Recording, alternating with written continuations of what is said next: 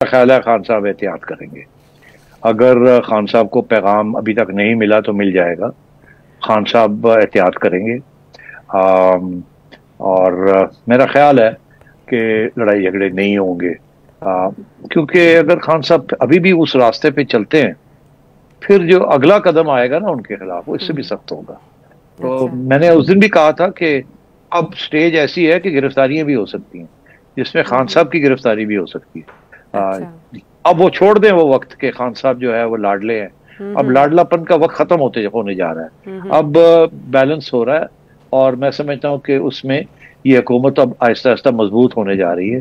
یہ پہلے بڑی کمزور تھی. خان صاحب کے بڑی دھمکیاں تھیں صاحب کو تو ایک اقامہ کے اوپر جس میں انہوں نے کوئی تنخواہ بھی نہیں لی اس کے اوپر ان کی چھٹی کرا دی گئی فار لائف. 5 سال کے لیے نہیں فار لائف.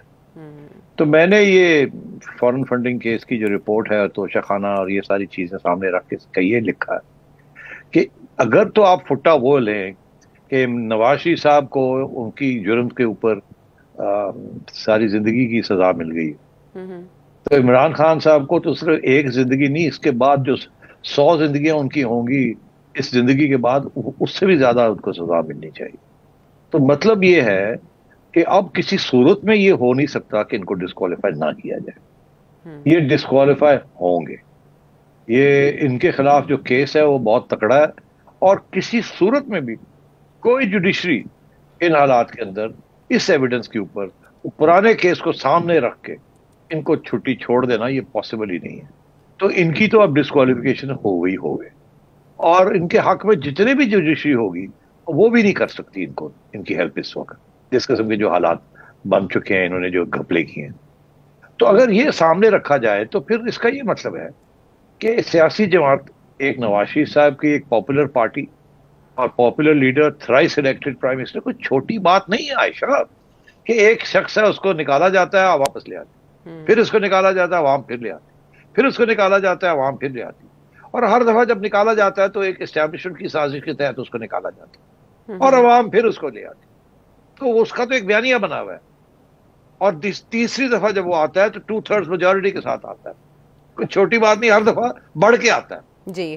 اگر اس کو نکال دیا آپ نے اور یہاں جو کہ اس سے 100 گنا زیادہ بڑا گھپلا ہوا ہے اور ایویڈنس ہے کہ آپ صادق کیا امین کیا آپ تو بالکل 100 گنا کم ہے اس میں تو یہ تو نہیں بچے گی. اس کا یہ مطلب ہے پھر عمران خان صاحب کو بھی ڈسکوالیفائی کرنا پڑے گا فار لائف. اچھا میرا یہ تجزیہ ہے کہ خان صاحب تو گئے نواز شریف صاحب بھی چلے گئے ہیں بیچارے اب خان صاحب بھی بیچارے جو ہیں وہ جا رہے ہیں. تو اب کیا ایسے کیسے کام چلے گا کہ ایک پاپولر پارٹی کے لیڈر کو آپ نے چوتھی دفعہ نکال دیا ہے اور اس کے چوتھی دفعہ نکال دیا اور اس کو آپ نے ایگزائل میں بھیج دیا اور ہر قسم کے جی آئی ٹیز بنو کے ان کی گلے پڑے ہوئے ہیں آپ سب جھوٹے. تو اب خان صاحب کے ساتھ کیا ہوگا؟ خان صاحب کو ایک زمانے میں یہ ان کے ستون تھے جوڈیشری اور اسٹیبلشمنٹ.